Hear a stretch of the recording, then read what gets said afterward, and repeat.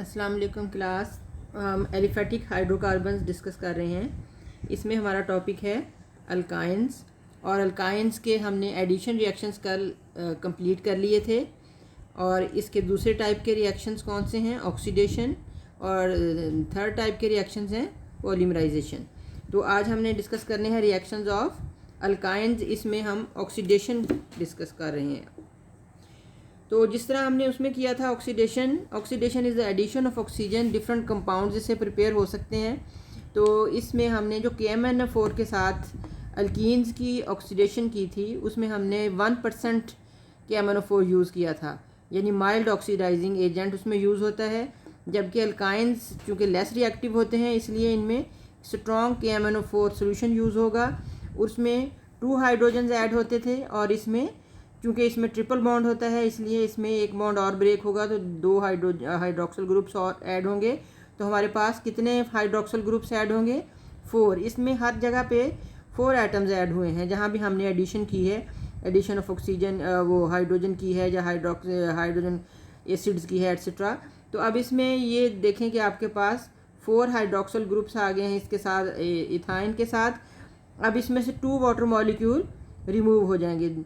2 जैसे hydroxyl group इधर से, एक इधर से हाइड्रोजन रिमूव कर दें तो ये एक वाटर मॉलिक्यूल हो जाएगा। 2 हाइड्रोक्सल और हाइड्रोजन इधर से करें तो आपके पास यहाँ कार्बन के साथ ऑक्सीजन का डबल बॉन्ड, और ये इस कंपाउंड को हम कहते हैं ग्लाइऑक्सल।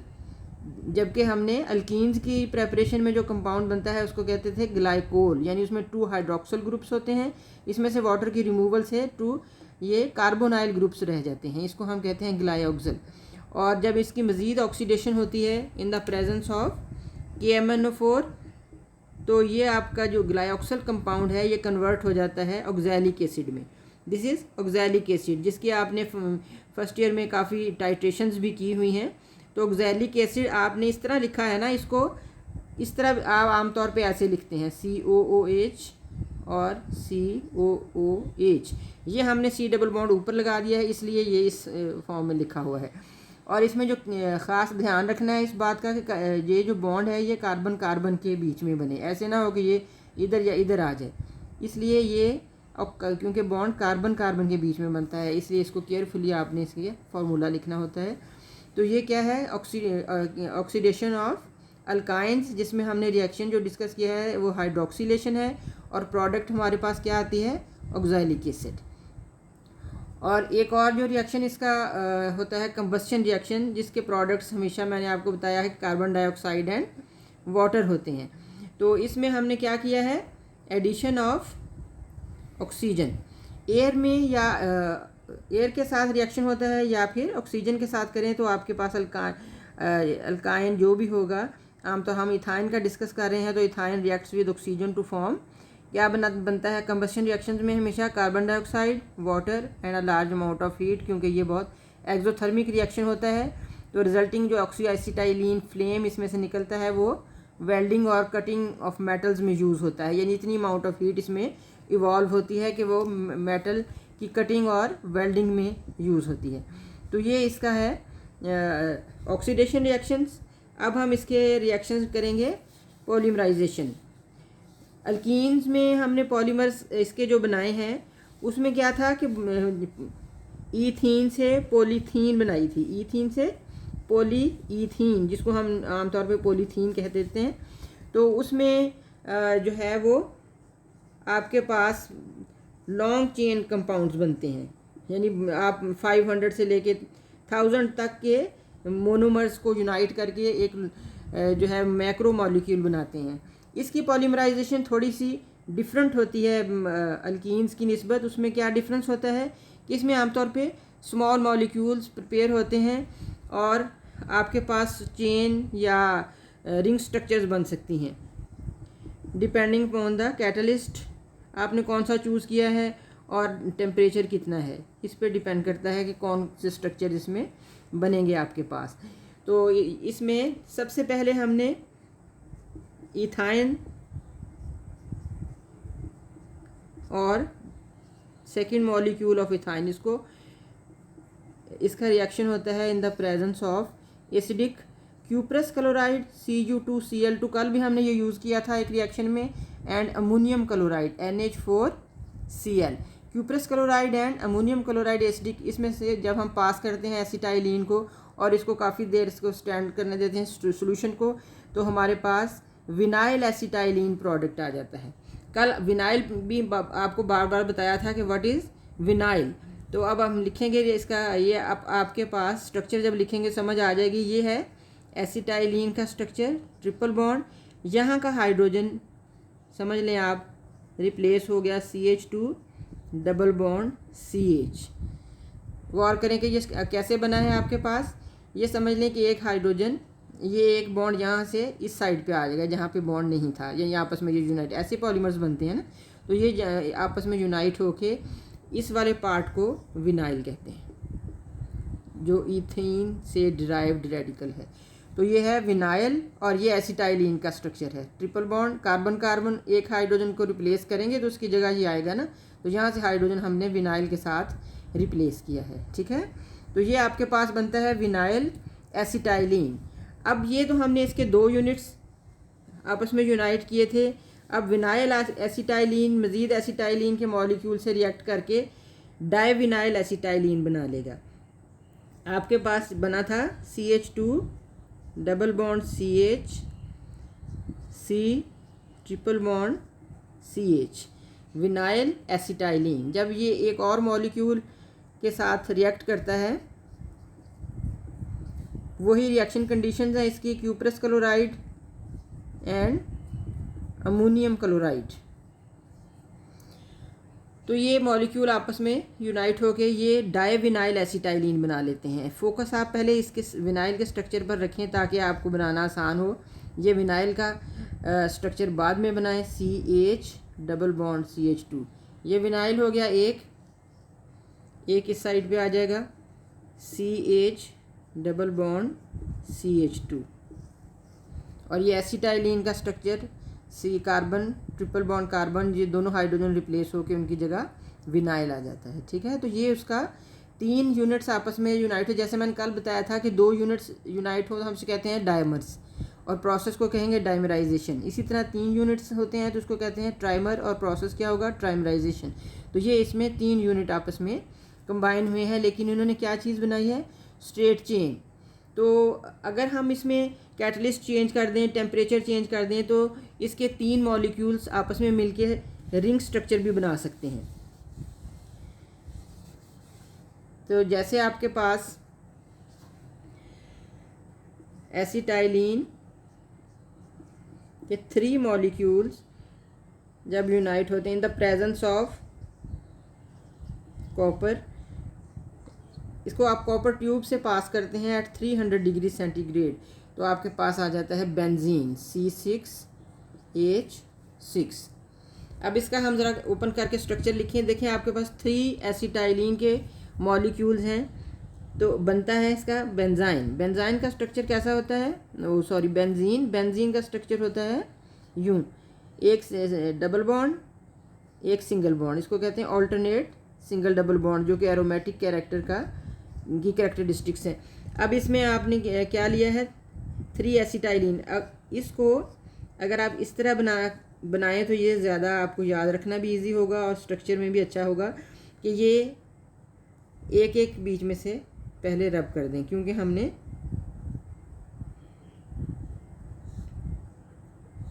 ये 3 एसिटाइलिन के मॉलिक्यूल लिए हैं, यहाँ कार्बन, यहाँ कार्बन, ये कार्बन, ये कार्बन। अभी ये बीच में बॉन्ड नहीं है, थोड़ा सा डिस्टेंस से लिख लेते हैं। यहाँ कार्बन के बीच में ट्रिपल बॉन्ड है, ठीक है। अब इन सब के साथ क्या है, एक एक हाइड्रोजन है, ये हाइड्रोजन, ये हाइड्रोजन, इस कार्बन के साथ, इस कार्बन के साथ, इस कार्बन। देखिए अब ये 3 मॉलिक्यूल जस्ट हमने अरेंज इस तरह किए हैं, अदरवाइज ये सारे अलग-अलग से हैं। अब ये 3 मॉलिक्यूल्स हैं किस चीज़ के, इथाइन के, मिलके क्या बनाते हैं, बेंजीन। अब आपने जैसे उसमें विनाइल में बनाया था, ये खाली जगह है, यहाँ पे कोई बॉन्ड नहीं, एक इसका बॉन्ड यहाँ शिफ्ट हो जाएगा तो यहाँ सिंगल बॉन्ड आ जाएगा, यहाँ डबल रह जाएगा, इसका एक बॉन्ड इधर शिफ्ट हो जाएगा, यहाँ डबल बॉन्ड रह जाएगा और यहाँ सिंगल बॉन्ड आ जाएगा। इसी तरह ये ट्रिपल बॉन्ड में से एक इधर शिफ्ट हो जाएगा, यहाँ डबल बॉन्ड रह जाएगा और यहाँ सिंगल बॉन्ड आ जाएगा और आपके पास बेंजीन की प्रेपरेशन हो जाएगी। ठीक है, अब देखें कि उन्हीं तीनों मॉलिक्यूल्स को यूनाइट किया है, लेकिन इसमें हमारे पास कैटलिस्ट डिफरेंट है, टेम्परेचर डिफरेंट है और हमारे पास प्रोडक्ट भी इसमें डिफरेंट आ जाता है। तो ये है पॉलीमराइजेशन, जिसमें हमने डिफरेंट प्रोडक्ट्स बनाए हैं। ठीक है, अब इसकी एप्लीकेशन क्या है? आम तौर पे सिंथेटिक रबर प्रिपेयर की जाती है इन पॉलीमर्स से। जो आपने अभी बनाया था vinyl acetylene CH2 double bond CH और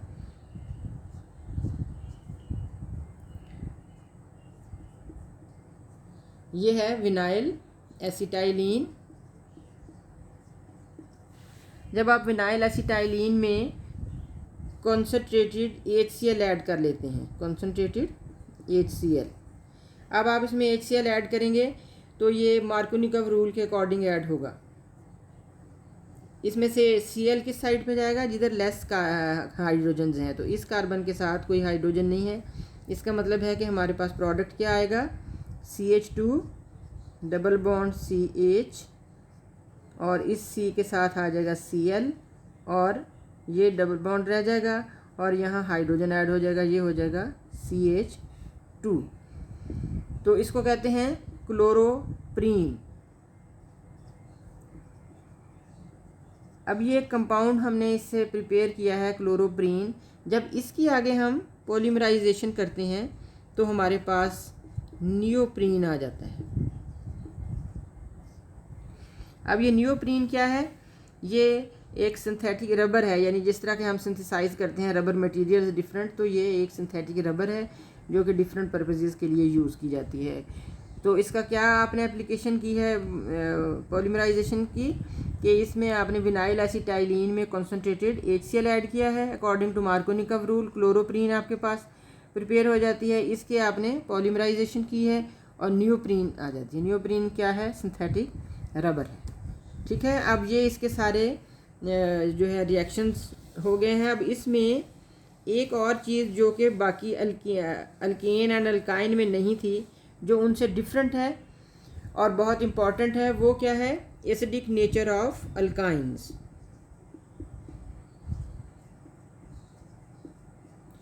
अब इसमें एसिडिक नेचर क्या है अल्काइंस की? एसिड किसको कहते हैं? जो इजीली आयोनाइज हो जाते हैं, जो कि हाइड्रोजन प्रोवाइड करते हैं। अब आप देखें कि आपके पास स्ट्रक्चर है, इसके साथ एक हाइड्रोजन इधर है, एक हाइड्रोजन। ट्रिपल बॉन्ड वाला कार्बन जो है, आपने हाइब्रिडाइजेशन में पढ़ा है कि इसमें टाइप ऑफ हाइब्रिडाइजेशन कौन सी होती है? sp hybridization. जब आपके पास sp हाइब्रिडाइजेशन होगी, वैसे तो हम कहते हैं कि हाइड्रोकार्बन्स नॉन पोलर होते हैं, क्योंकि इलेक्ट्रॉन पेयर कार्बन और हाइड्रोजन दोनों के बीच में, अगर हम इस तरह लिख के देखें कि आमतौर पे कार्बन और हाइड्रोजन के सेंटर में होता है। लेकिन ये डिपेंड करता है टाइप ऑफ हाइब्रिडाइजेशन पे। जब हमारे पास sp3 हाइब्रिडाइजेशन होती है तो रेशो क्या होता है s और p का 1:3।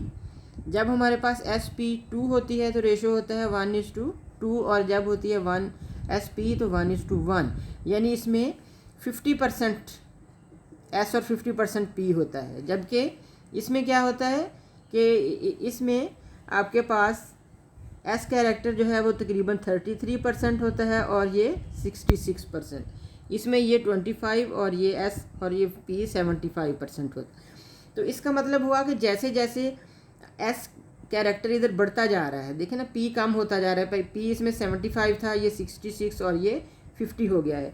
तो ये p, अगर इसको हम कार्बन एटम समझें, सेंटर समझ लें, तो इससे बॉन्ड इस तरह होगा, जिसमें p कैरेक्टर होगा उसका ये लोब लंबा होगा और यहाँ हाइड्रोजन अटैच होता है। तो ये जैसे sp2 होगा ये लोब थोड़ा छोटा हो जाएगा, यानी कि हाइड्रोजन इधर है। और इसी तरह जब sp होगा, तो क्योंकि s ऑर्बिटल स्फेरिकल होता है, अब इसमें इलेक्ट्रॉन के जो ज़्यादा चांसेस हैं वो किसके करीब हैं? कार्बन के। तो इसमें कार्बन, इसलिए ये एसिटाइलिन थोड़ा सा पोलर हो जाता है कि इसमें कार्बन जो है वो ये हाइड्रोजन और कार्बन के इलेक्ट्रॉन्स को थोड़ा अपनी तरफ पुल करता है, अपनी तरफ खींचता है, और इसलिए इसके ऊपर पार्शली नेगेटिव चार्ज आ जाता है और इसके ऊपर पार्शली पॉजिटिव चार्ज आ जाता है। ये ऐसे ही है कि जैसे हम ये कहें कि HCl, वो तो बहुत स्ट्रॉन्ग एसिड है, लेकिन उसमें ये इस तरह होता है कि हाइड्रोजन इसमें से रिमूव हो जाता है, यानी कि आयोनाइज हो जाते हैं। इसी तरह इसका भी हाइड्रोजन रिमूव हो सकता है। तो फिर ये डिफरेंट कंपाउंड्स बनाते हैं। जिस तरह HCl सॉल्ट बनाता है, HCl का अगर हाइड्रोजन रिप्लेस कर दें और Cl के साथ सोडियम लगा दें तो ये बन जाता है सोडियम क्लोराइड। ठीक है, क्या बनता है? Sodium chloride. इसी तरह जब आप इसका एक हाइड्रोजन रिप्लेस कर देते हैं तो उसकी जगह सोडियम आ जाता है, तो इसको हम कहते हैं सोडियम एसिटाइलिड्स। एसिटाइलिन कॉमन नेम है इथाइन का, एसिटाइलिन कॉमन नेम है इथाइन का, तो इसलिए आप इसको क्या कहते हैं? एसिटाइलिड्स, जो कि एसिटाइलिन से मतलब, इसे हम कहेंगे सोडियम एसिटाइलिड। अगर हम हाइड्रोजन को रिप्लेस करके पोटाशियम लगाते हैं, कॉपर लगाते हैं, सिल्वर लगाते हैं, अकॉर्डिंगली इसका नाम चेंज हो जाएगा, सिल्वर एसिटाइलिड, कॉपर एसिटाइलिड एट्सेट्रा। तो इसमें एसिडिक नेचर ऑफ अल्काइन में क्या मेन चीज़ हमने डिस्कस की है कि इसका हाइड्रोजन इजीली रिप्लेस हो सकता है मेटल आयंस के साथ, जबकि दूसरे अल्कीन एंड अल्काइन में ऐसा नहीं होता। इसका बॉन्ड ज़्यादा पोलर होता है ड्यू टू sp नेचर, और इसका कार्बन इलेक्ट्रॉन पेयर को अपनी तरफ अट्रैक्ट करता है, इलेक्ट्रोनेगेटिव हो जाता है। ठीक है, तो इस तरह हमारे पास ये डिफरेंट कंपाउंड्स बनाते हैं जिनको हम एसिटाइलिड्स या अल्काइन से अल्काइनिड्स कह सकते हैं, और एसिटाइलिन अगर यूज़ करते हैं तो एसिटाइलिड्स। तो अगर हमारे पास प्रोपाइन है, या R हम लिख लें, RC ट्रिपल बॉन्ड CH। अब इसमें हमारे पास 2 हाइड्रोजन नहीं है, 1 हाइड्रोजन है, तो इसलिए सिर्फ ये एसिडिक होगा। R ग्रुप, ये नहीं है कि जो भी चीज़ अटैच है वो रिमूव हो सकती है। अगर इसके साथ अल्काइल ग्रुप अटैच है वो रिमूव नहीं हो रहा, सिर्फ हाइड्रोजन रिमूव हो रहा है। ठीक है, तो इसी तरह लेकिन जब हमारे पास वो होता है सोडियम की प्रेजेंस में हम रिएक्शन करते हैं, लेकिन जब हमारे पास एसिटाइलिन है जैसे CH ट्रिपल बॉन्ड CH, इसका हम रिएक्शन किस चीज़ के साथ करते हैं? Sodamide NaNH2 in the presence of sodamide, liquid ammonia भी इसमें होता है, इसकी प्रेजेंस में रिएक्शन करते हैं। क्या चेंज आएगी कि hydrogen is replaced by sodium, तो आपके पास क्या आ जाता है? CH। और अब इसमें देखिए, इसमें हम ट्रिपल बॉन्ड को नहीं कुछ भी कह रहे, यानी कि इसमें कोई एडिशन नहीं हो रही, कुछ नहीं, ट्रिपल बॉन्ड ऐसा इंटैक्ट रहता है, सिर्फ इसका हाइड्रोजन रिप्लेस हो जाता है इसके साथ, सोडियम के साथ, और जो ये हाइड्रोजन रिमूव होता है ये इसके साथ मिलके बना लेता है अमोनिया। ठीक है, तो इसे हम क्या कहेंगे? सिल्वर, इसको हम कहेंगे सोडियम एसिटाइलिड, सोडियम एसिटाइलिड। और ये रिएक्शन इस तरह भी हो सकता है कि ये मोल्टन सोडियम के साथ हो, सोडियम मेटल जो है ना, इन द मोल्टन स्टेट आप उसको लें, इसमें से एसिटाइलिन पास करें तो इसके दोनों हाइड्रोजन रिप्लेस हो जाएंगे, क्योंकि सोडियम बहुत रिएक्टिव है, तो ये इसके दोनों हाइड्रोजन रिप्लेस हो जाएंगे सोडियम के साथ। इसको हम कहेंगे डायसोडियम एसिटाइलिड। ठीक है, तो इसमें इसका हाइड्रोजन जो है वो एसिडिक हो जाता है, रिप्लेस हो सकता है किसी भी मेटल आयन के साथ, जैसे कि एसिड जो हैं वो मेटल आयन के साथ मिलके सॉल्ट बनाते हैं, इसी तरह ये भी इसके सॉल्ट्स ही कंसीडर होते हैं। अब अगर आप कॉपर एसिटाइलिड बनाना चाहें, ठीक है ना, कॉपर एसिटाइलिड, तो आप क्या करेंगे? इसका रिएक्शन क्यूप्रस क्लोराइड से करेंगे, ammoniacal solution of cuprous chloride Cu2Cl2। ये हमने पीछे भी पढ़ा है। क्यूप्रस क्लोराइड, अमोनिकल का मतलब है in the presence of ammonium hydroxide. ठीक है, तो इसका रिएक्शन होगा, आपके पास क्या चीज़ आएगी? इसके हाइड्रोजन रिप्लेस हो जाएंगे किसके साथ? कॉपर। यहाँ हमारे वहाँ सोडियम था, यहाँ हमारे पास कॉपर है। ट्रिपल बॉन्ड ऐसे ही इंटैक्ट रहेगा, हम सिर्फ इसके हाइड्रोजन्स रिप्लेस हो रहे हैं, ये 2 कॉपर के साथ रिप्लेस हो जाएंगे। ठीक है, और ये ये इसका मेन प्रोडक्ट है। और ये जो है ये रेडिश ब्राउन प्रेसिपिटेट्स बन जाते हैं, रेडिश ब्राउन प्रेसिपिटेट्स।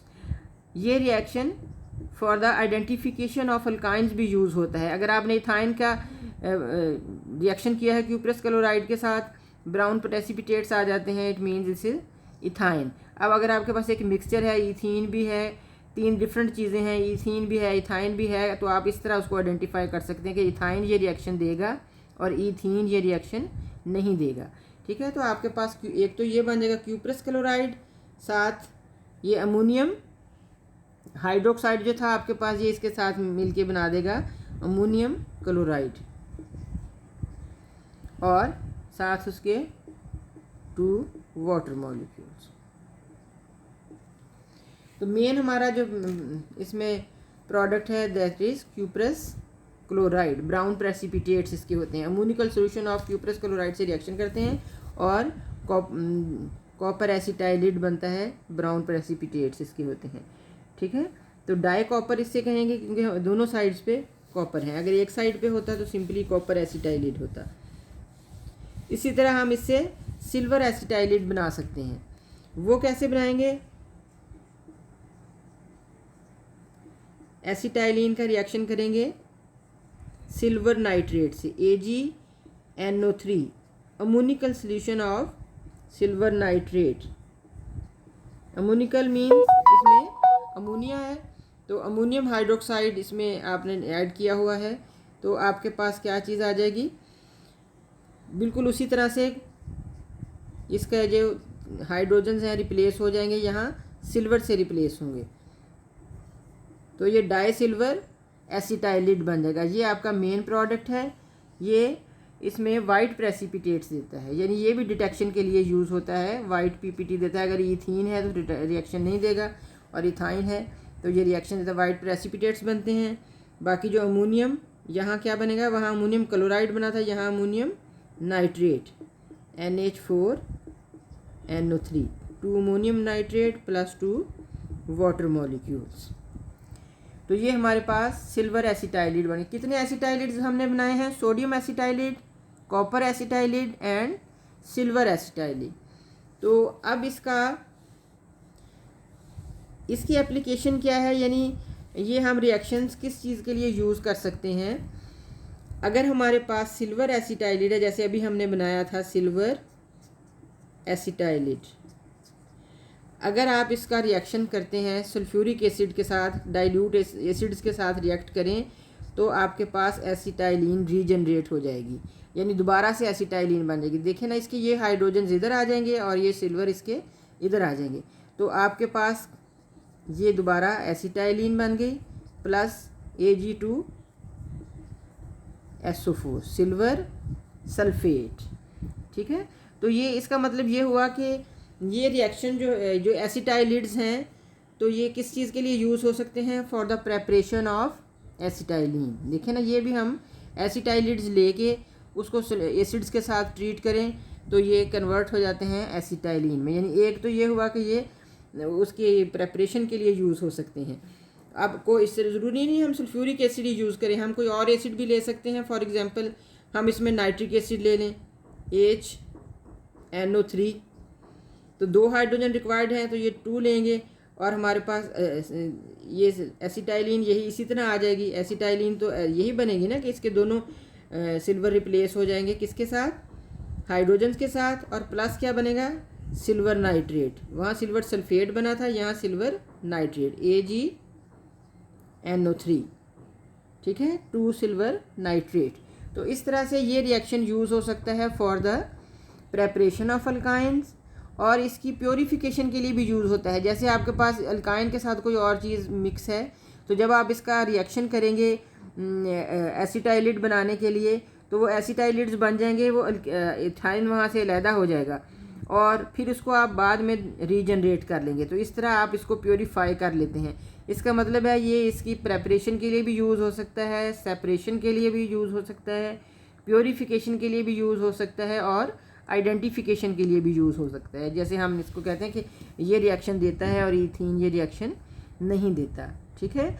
और इसके अब यूजेस क्या हैं, जिस तरह बाकी हम सब चीज़ों के यूजेस पढ़ते आए हैं, तो इसमें भी यूजेस इनफैक्ट तो इसके रिएक्शंस में ही आ जाते हैं।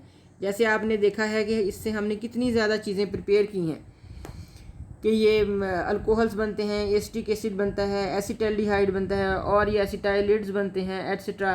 तो ये बहुत सारी चीज़ें जो है ना उनके स्टार्टिंग मटेरियल के तौर पे यूज़ होता है। और इसके अलावा आपको पता है कि ऑक्सी एसिटाइलिन फ्लेम जो बनता है इसका, जो वेल्डिंग एंड कटिंग के लिए यूज़ होता है। और इसके अलावा ये भी राइपनिंग ऑफ फ्रूट्स के लिए यूज़ होता है। और ये जो आपने इसमें क्लोरीन की एडिशन की थी तो इसमें क्लोरो टेट्रा क्लोरीन के मॉलिक्यूल ऐड हो जाते हैं ना, तो हम इसको कहते हैं एसिटाइलिन टेट्रा क्लोराइड। तो ये 4 मॉलिक्यूल ऐड होने से ये एक सॉल्वेंट है जो कि पेंट्स, वार्निशेस एट्सेट्रा इसके लिए यूज़ हो जाता है। और रबर भी हमने इसमें से मैन्युफैक्चर किया, हमने देखा है। और बहुत सारे पॉलीमर्स बनते हैं, जो विनाइल क्लोराइड बनता है, अगर उसको पॉलीमराइज कर लें तो वो पॉलीविनाइल क्लोराइड, PVC इसको कहते हैं। PVC पाइप्स आपने अक्सर सुना होगा। तो ये PVC क्या होता है, इनफैक्ट पॉलीविनाइल क्लोराइड होता है। इसी तरह विनाइल एसीटेट को कर लें तो पॉलीविनाइल एसीटेट हो जाता है। इसी तरह और डिफरेंट जो है ना विनाइल कंपाउंड्स, क्यों ये पॉलीमराइज हो जाते हैं, क्योंकि इसके अंदर डबल बॉन्ड होता है, अनसैचुरेशन होती है, और वो बॉन्ड ब्रेक होके ये लंबी चेन्स आपस में एक दूसरे के साथ यूनाइट होके बना लेते हैं। तो ये हो गए इसके यूजेस। अब हमने इसका लास्ट टॉपिक डिस्कस करना है, वो है रिएक्टिविटी। इनकी कंपैरिजन करना है रिएक्टिविटीज़ का, कि किस किस चीज़ की रिएक्टिविटी, आपने कौन कौन सी चीज़ें डिस्कस की हैं। नंबर 1 अल्केन, ठीक है। Number 2 alkenes, and number 3 alkynes. अब हमने देखना ये है कि इनमें से सबसे ज़्यादा रिएक्टिव कौन सा है। अब जहन में लाएं, हमने ये सारी चीज़ें डिस्कस की थी। अल्केन्स जो हैं, इनमें क्या बताया था कि इसमें इनर्टनेस ऑफ सिग्मा बॉन्ड है, कि सिग्मा बॉन्ड बहुत इनर्ट होता है। ये इसकी इलेक्ट्रॉन डेंसिटी जो है वो दोनों कार्बन्स के सेंटर में आ जाती है इलेक्ट्रॉन, और ये बहुत टाइटली हेल्ड होते हैं, इसलिए ये इजीली अवेलेबल नहीं होते। और दूसरा क्या था, क्योंकि sp3 हाइब्रिडाइजेशन होती है तो इसलिए ये नॉन पोलर नेचर के होते हैं। जबकि अल्कीन्स जो हैं उनमें कार्बन कार्बन डबल बॉन्ड आ जाता है, यानी कि पाई बॉन्ड बनता है। इसमें क्या था, सिग्मा बॉन्ड। तो इसमें इनर्ट होता है सिग्मा बॉन्ड और ये नॉन पोलर होते हैं, जबकि इसमें पाई बॉन्ड बनता है। और पाई बॉन्ड कैसे था कि इसमें इलेक्ट्रॉन डेंसिटी, सिग्मा बॉन्ड तो ये है, तो पाई बॉन्ड में electron density above and below the plane होती है। तो इसका मतलब है कि ये इलेक्ट्रॉन थोड़े एक्सपोज्ड होते हैं, बाहर होते हैं, इस तरह सेंटर में नहीं होते। तो ये बॉन्ड इजीली ब्रेक हो जाता है एल्कीन का एक बॉन्ड, और ये इलेक्ट्रोफाइल्स के साथ रिएक्ट करके कंपाउंड्स बनाता है। और अल्काइन में क्या है कि कार्बन कार्बन के बीच में ट्रिपल बॉन्ड है। अब देखने में तो ये लगता है कि ये जो ट्रिपल बॉन्ड है ये ज़्यादा रिएक्टिव होगा, लेकिन ज़्यादा रिएक्टिव होने की बजाय ये कम रिएक्टिव हो जाता है अल्काइन। अब उसकी रीज़न क्या है, कम रिएक्टिव क्यों हो जाता है, क्योंकि इसमें कार्बन कार्बन के बीच में इलेक्ट्रॉन डेंसिटी बहुत ज़्यादा होती है। कितने इलेक्ट्रॉन, एक बॉन्ड में आपको पता था 2 इलेक्ट्रॉन्स होते हैं, अब इसमें कितने हो गए, 2 2 2 यानी कि 6 इलेक्ट्रॉन्स। अब ये इतने ज़्यादा इलेक्ट्रॉन्स हैं, ये कार्बन को, न्यूक्लियाई को अपनी तरफ अट्रैक्ट करते हैं, और इनकी बॉन्ड लेंथ बहुत कम हो जाती है। यानी कि आपके पास जो है वो ये इतने करीब हो जाते हैं कि इनके इलेक्ट्रॉन्स इसके बीच में आप कह सकते हैं कि सैंडविच हो जाते हैं। जैसे सैंडविच के अंदर वाली चीज़ को जो है वो आप इजीली अप्रोच नहीं कर सकते, इसी तरह इन इलेक्ट्रॉन्स को अप्रोच करना भी मुश्किल हो जाता है। इसमें 2 पाई बॉन्ड्स होते हैं और एक सिग्मा। इस पाई बॉन्ड हालांकि इसका एक्सपोज्ड था, इसका एक्सपोज क्यों नहीं है, क्योंकि ये इसकी बॉन्ड लेंथ बहुत कम हो जाती है।